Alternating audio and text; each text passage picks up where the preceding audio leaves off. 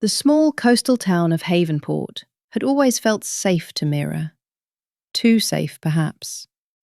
Narrow, cobbled streets, lined with whitewashed cottages, a lighthouse that blinked every night like a heartbeat, and the constant low roar of the sea that drowned out everything else.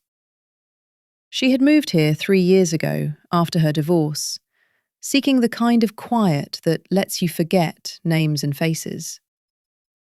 Now 32, with shoulder-length black hair she rarely bothered to style, and green eyes that still carried the caution of someone who had once trusted too easily, Mira ran a tiny bookstore called Tide and Page on the harbour front.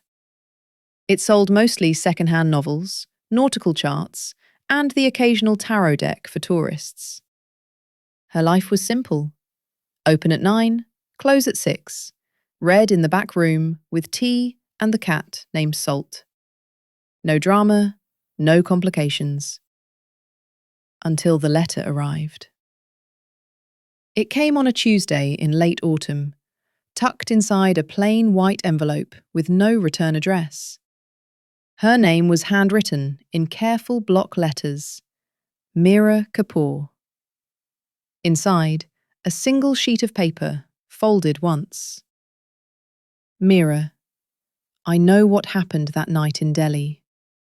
The fire wasn't an accident, and I know who started it. Meet me at the old lighthouse tomorrow at midnight. Come alone. If you don't show, the police will get the next letter. No signature, just a small ink smudge at the bottom, like a thumbprint pressed too hard. Mira's hands shook as she reread it. The fire. 7 years ago. Her family's old house in Delhi had burned to the ground in the middle of the night. Her parents and younger brother inside. Official report, faulty wiring.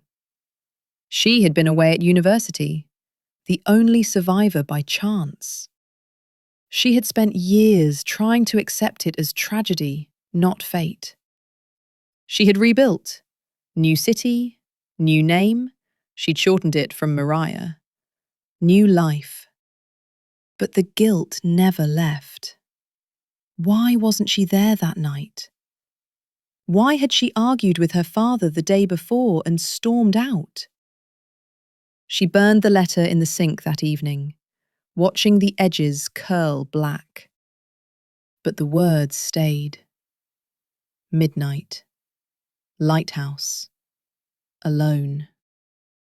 She told herself she wouldn't go. She told herself it was a cruel prank, someone who had read old news clippings. But at 11:45 p.m., she found herself pulling on a dark coat, slipping out the back door of her flat above the bookstore, and walking the half-mile path to the lighthouse. The wind was sharp, carrying salt and the faint smell of diesel from distant boats. The lighthouse stood at the edge of the cliff, abandoned for years, its lamp long broken. The door at the base was unlocked. Someone had oiled the hinges recently. They opened without a creak. Inside, the air was cold and thick with dust. A spiral staircase wound upward into darkness. Mira's phone flashlight cut a narrow beam. She climbed slowly, heart loud in her ears. At the top, in the lantern room, a figure waited. Tall, broad-shouldered, wearing a hooded jacket, face hidden in shadow. You came, the voice said. Male, low, familiar in a way that made her stomach drop. He stepped into the light. Arjun, her ex-husband. The man she had left 3 years ago after discovering he had been cheating for months. The man who had begged her to stay, then disappeared when she filed for divorce. She hadn't seen him since the day the papers were signed. "What the hell are you doing here?" she whispered. Arjun pulled back his hood. His face was thinner, stubbled, eyes hollow. "I didn't start the fire, Mira, but I know who did." He reached into his pocket and pulled out a photograph, creased, old. It showed her family home before the fire, and standing in the driveway, barely visible in the corner, a man holding a gas can. Mira stared. The man in the photo looked like your uncle, Arjun said quietly. Rohan, the one who inherited everything after the insurance payout.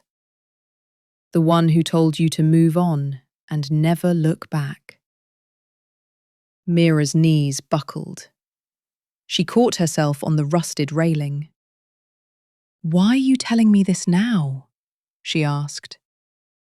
"Because he's coming for you next," Arjun said. "He thinks you're starting to ask questions again. He knows I've been watching him. And tonight, he's planning to finish what he started 7 years ago." Outside, far below, headlights swept across the cliff road. A black SUV slowed near the Lighthouse path. Arjun looked at her, eyes pleading for the first time in years. "Run, Mira, or we both die tonight." Mira's pulse thundered in her ears, louder than the waves crashing below. The headlights on the cliff road swept again, slow, deliberate, like eyes scanning the darkness. The black SUV had stopped at the base of the path leading up to the lighthouse. No doors opened yet. Whoever was inside was waiting, watching.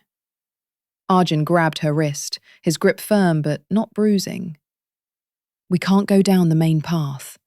There's a service trail on the north side, steep, overgrown, but it leads to the old boathouse. From there we can cut through the dunes back to town." Mira yanked her arm free. "Why should I trust you? You disappeared for 3 years. You cheated. You left me with nothing but papers and silence." Arjun's face twisted. Regret, maybe, or just the cold wind stinging his eyes. "I know I don't deserve trust, but I've been following Rohan since the divorce. He thought I was gone for good. I wasn't. I saw things, heard things. He talks to people on burner phones about tying up loose ends. The loose end is you, Mira. You're the only one left who could question the insurance claim, the will, the fire report he paid to bury." The headlights flicked off. Silence, except for the wind and distant surf. Mira glanced at the photograph still in her hand, the grainy image of her uncle Rohan holding a red plastic gas can in the driveway of the family home, time-stamped 2 hours before the blaze. Her stomach lurched. "If this is real," she said, voice low, "why didn't you go to the police?" "Because I have no proof beyond this photo and some overheard conversations. And because Rohan has connections, old police friends, lawyers, money. They'd make it disappear. Or make me disappear. I needed to get to you first." Footsteps now. Heavy boots on gravel at the base of the cliff path. Not running, methodical, coming up. Mira made the decision in a heartbeat. "Lead the way." Arjun nodded once, then moved to the rusted metal door on the far side of the lantern room. It opened onto a narrow catwalk, clinging to the outside of the lighthouse. Salt spray stung their faces as they edged along it, backs pressed to the curved wall, hands gripping the thin railing. Below, the drop was sheer, black rocks and foaming water. They reached the north side. Arjun pointed down. A faint trail snaked through scrub and boulders, barely visible in the moonlight. Stay close. One slip and… He didn't finish. They descended single file. Mira's sneakers slipped on loose stones. She caught herself on thorny gorse more than once. Arjun moved like he'd done this before, sure-footed, quiet. Halfway down, he stopped and pulled her behind a boulder. A flashlight beam swept the cliff above them, slow arcs, searching. Then a voice, male, older, clipped with authority. "Arjun, I know you're up here, and I know you brought her." Rohan. Mira's breath caught. She hadn't heard that voice in 7 years, not since the funeral, when he'd hugged her too tightly and whispered, "You're all that's left of them now. Let me take care of everything." Arjun pressed a finger to his lips. They waited until the beam moved away, then continued down. At the bottom, the trail flattened into wet sand. The boathouse was a dilapidated shack 50 meters along the shore, rotted wood, broken windows. Inside smelled of mildew and old rope. Arjun barred the door with a length of driftwood. "We're not safe here long," he said. "He'll circle back. We need to get to your place, grab what you need, passport, cash, anything, and leave town tonight." Mira leaned against the wall, chest heaving. "And go where? If he's really after me, he'll find me." "I have a contact in Mumbai. Someone who can get us new papers, a place to hide. But we have to move now." Mira studied him. The man she once loved enough to marry. The man who broke her. The man now risking his life to warn her. "Why are you doing this, Arjun? After everything?" He looked away, towards the cracked window where moonlight slivered through. "Because I owe you. Because the guilt of not stopping this sooner has eaten me alive. And because I never stopped loving you, even when I was too weak to show it." Silence stretched. Outside, wind howled. Then, closer now, the crunch of boots on sand. Arjun pulled a small pistol from inside his jacket. Mira's eyes widened. "Where did you get that?" "Doesn't matter. Stay behind me." The door rattled. A shoulder hit it once, twice. Arjun raised the gun. Mira's mind raced. Trust him? Run alone? Call the police and risk everything being buried again? The door splintered inward. A silhouette filled the frame. Rohan, face half lit, holding a silenced pistol of his own. "Enough games," he said calmly. "Time to finish the family business." The splintered door hung crooked on its hinges, moonlight slicing through the gaps like silver knives. Rohan stepped inside the boathouse, his silenced pistol steady in his right hand. He wore a dark coat over a tailored shirt, still the picture of the respectable uncle who had once hosted family dinners and paid for Mira's college fees. But his eyes were cold now, calculating. The same eyes that had stared at bank statements after the fire and quietly smiled. "Arjun," Rohan said evenly, "you always were too sentimental. I told you years ago to stay gone." Arjun kept the gun levelled at Rohan's chest, body angled to shield Mira as much as possible. "Put it down, Rohan. This ends tonight. No more accidents, no more loose ends." Rohan chuckled softly, the sound swallowed by the wind rattling the broken windows. "You think you can stop this? You're a disgraced ex-husband with a borrowed gun and a grudge. Mira," he shifted his gaze to her, voice softening into the familiar paternal tone she remembered from childhood.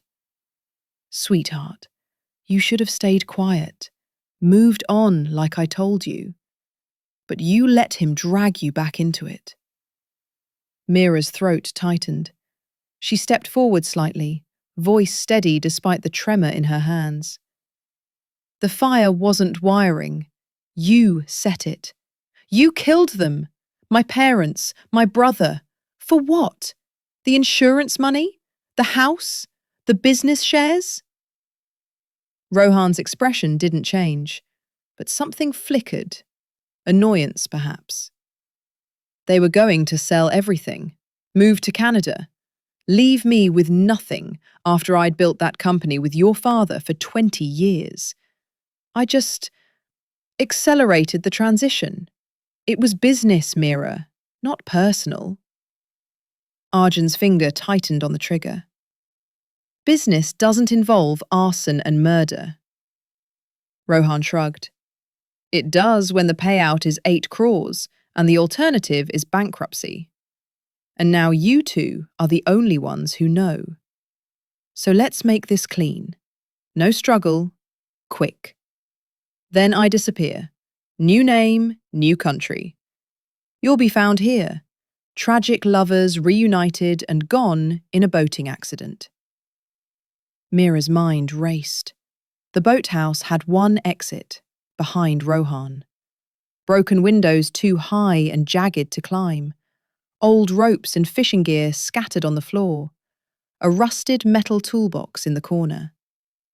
She edged sideways, slow, keeping Rohan's attention on her words. You think the police won't connect this? Arjun's been watching you. He has proof. The photo. Recordings, maybe. Rohan smiled thinly. He has nothing solid. And even if he did, who's going to believe a cheating ex-husband over me? I'm the grieving uncle who took care of the family after the tragedy. Arjun spoke quietly. I have more than a photo, Rohan. I have the burner phone logs you used to hire the guy who planted the accelerant. I have bank transfers from your offshore account to his. I've been building this for 2 years. One call to the right investigator, and it all unravels. Rohan's smile faltered for the first time. You're bluffing. Test me, Arjun said. Silence stretched, thick, electric. Then Rohan raised the pistol higher, aiming at Arjun's head. Mira moved. She kicked the toolbox hard. It skidded across the floor, slamming into Rohan's shins. Tools spilled, wrenches, screwdrivers, a heavy crowbar. Rohan stumbled, cursing, his shot going wild, cracking into the wooden wall behind them. Arjun fired back, once, twice. The first bullet grazed Rohan's shoulder, the second hit the wall. Rohan roared, blood blooming dark on his coat, but he didn't drop the gun. He lunged forward, tackling Arjun to the ground. They rolled, grappling. Mira scrambled for the crowbar, fingers closing around cold metal. She swung, hard, connecting with the back of Rohan's knee. He buckled, howling. Arjun used the moment to slam an elbow into Rohan's jaw, then wrench the pistol from his hand. Rohan lay on the floor, breathing ragged, blood pooling under him. You don't know what you've done. Mira stood over him, crowbar still raised. We know exactly what we've done. We stopped you. Arjun zip-tied Rohan's wrists with a length of old rope from the floor. Tight, professional. Then he pulled out his phone, dialed a number, and spoke quietly. It's done. Lighthouse, boathouse. He's alive. Send them now. Mira stared at him. Who? A contact in the CBI. I've been feeding them pieces for months. They were waiting for tonight.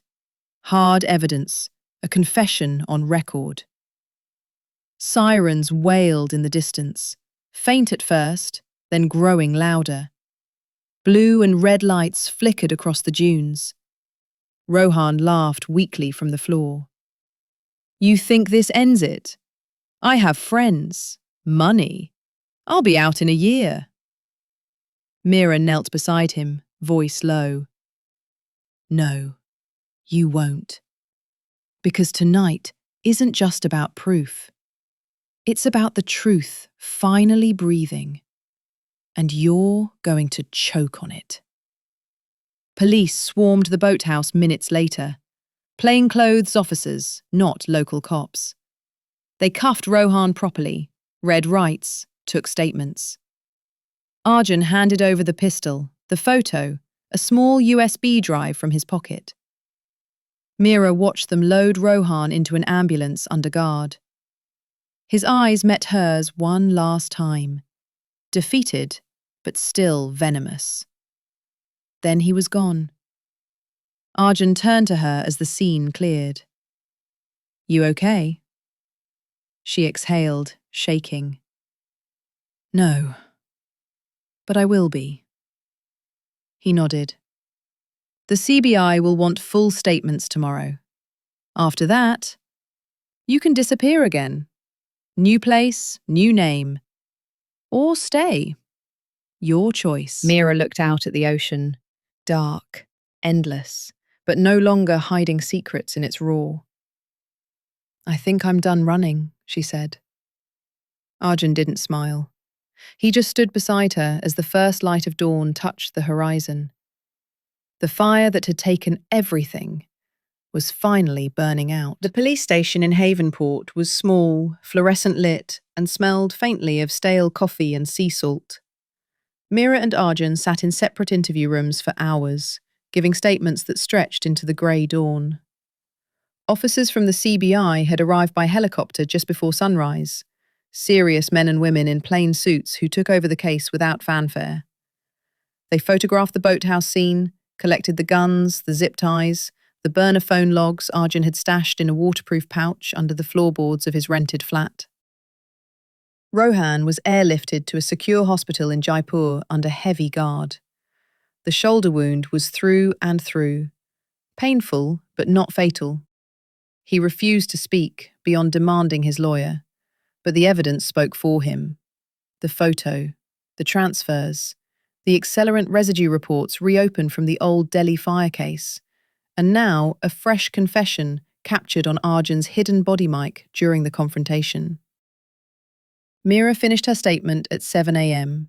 She signed the last page with a hand that no longer shook. Detective Priya Sharma, the CBI lead, a woman in her 40s with sharp eyes and a no-nonsense braid, slid a cup of chai across the table. You did good tonight, Sharma said. Most people would have run or frozen. You fought back. Mira stared into the tea. I didn't fight for me. I fought for them. Mum, Dad, Aryan. They deserve better than to be forgotten as an accident. Sharma nodded. We're reopening the Delhi case officially.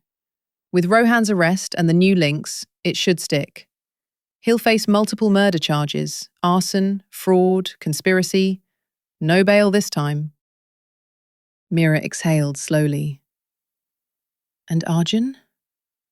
He's cooperating fully. His evidence was crucial.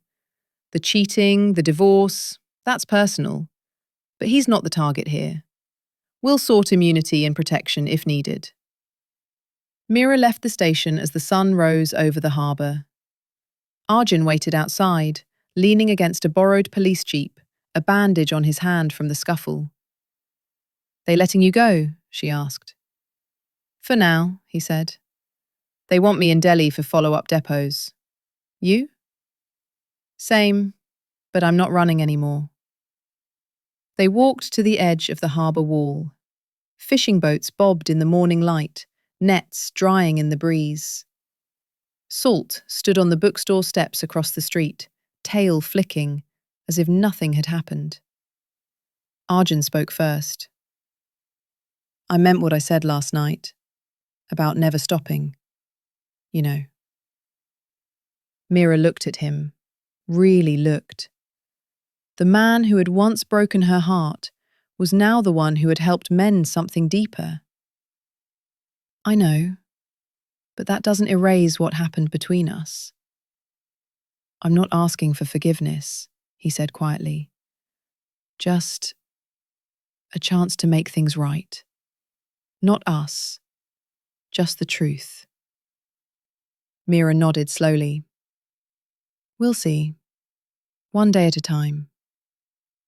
They parted ways at the bookstore door. Arjun headed to the airport for Delhi. Mira unlocked Tide and Page, flipped the sign to open, and let salt curl around her ankles. The next weeks blurred into formalities. More statements, media requests she declined, a quiet funeral for her family that she finally held properly, ashes scattered at sea from the same cliff where everything almost ended. She invited no one but Clara, her one friend in town, and Arjun, who flew back for the day. They stood on the rocks in silence as the wind took the ashes. Rohan's trial came fast, high profile, televised in parts. He pleaded not guilty at first, then changed to guilty on all counts when the evidence mounted beyond denial. Sentencing? Life imprisonment without parole, plus additional terms for fraud and conspiracy. The judge's words were simple. You turned family into fuel for greed. There is no mitigation for that. Mira watched the verdict from her bookstore couch, salt on her lap. When the screen showed Rohan being led away, head bowed, no more charm, she felt something shift inside her.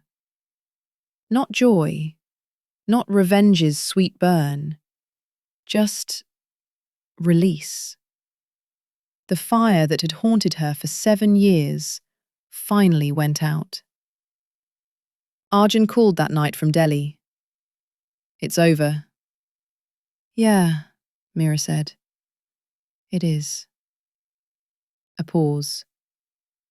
I'm staying here for a while, helping with the case cleanup. But if you ever need anything, or just want to talk, I'll think about it, she replied. And for the first time, she meant it. Months passed. The bookstore thrived. Tourists came for the haunted lighthouse story, locals for the quiet. Mira started writing, not a memoir, but a novel about a woman who inherits a lighthouse and finds secrets in its shadows. It helped. One evening, as winter fog rolled in, she found an envelope slipped under the door. No stamp, just her name. Inside, a single photo of her family from years ago, laughing at a Diwali celebration. On the back, in Arjun's handwriting, they'd be proud. I'm proud. Whenever you're ready. Mira set it on the shelf beside the register. She didn't cry. She just smiled, small, real, and turned off the light. Outside, the lighthouse blinked once more, steady as a heartbeat.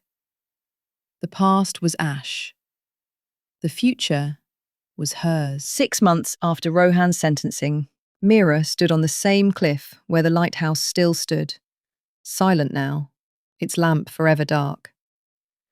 The town council had voted to restore it as a historical site, funded partly by the insurance settlement Mira had quietly accepted from her family's old policy.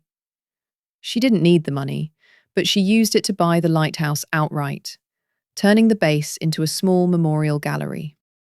Photos of her parents and Aryan, letters they'd written, a single framed copy of the old family photo Arjun had left at her door. The gallery opened on a crisp January morning. Locals came, some out of curiosity about the murder lighthouse, others because they'd watched Mira rebuild her quiet life in their town. Clara brought flowers. Salt the cat sat on the windowsill like a sentinel. Arjun flew in from Delhi for the opening. He arrived early, hands in pockets, looking more like the man she'd fallen in love with years ago. Less haunted, more present. They hadn't spoken much since the trial, only occasional texts, case updates, small check-ins, nothing heavy.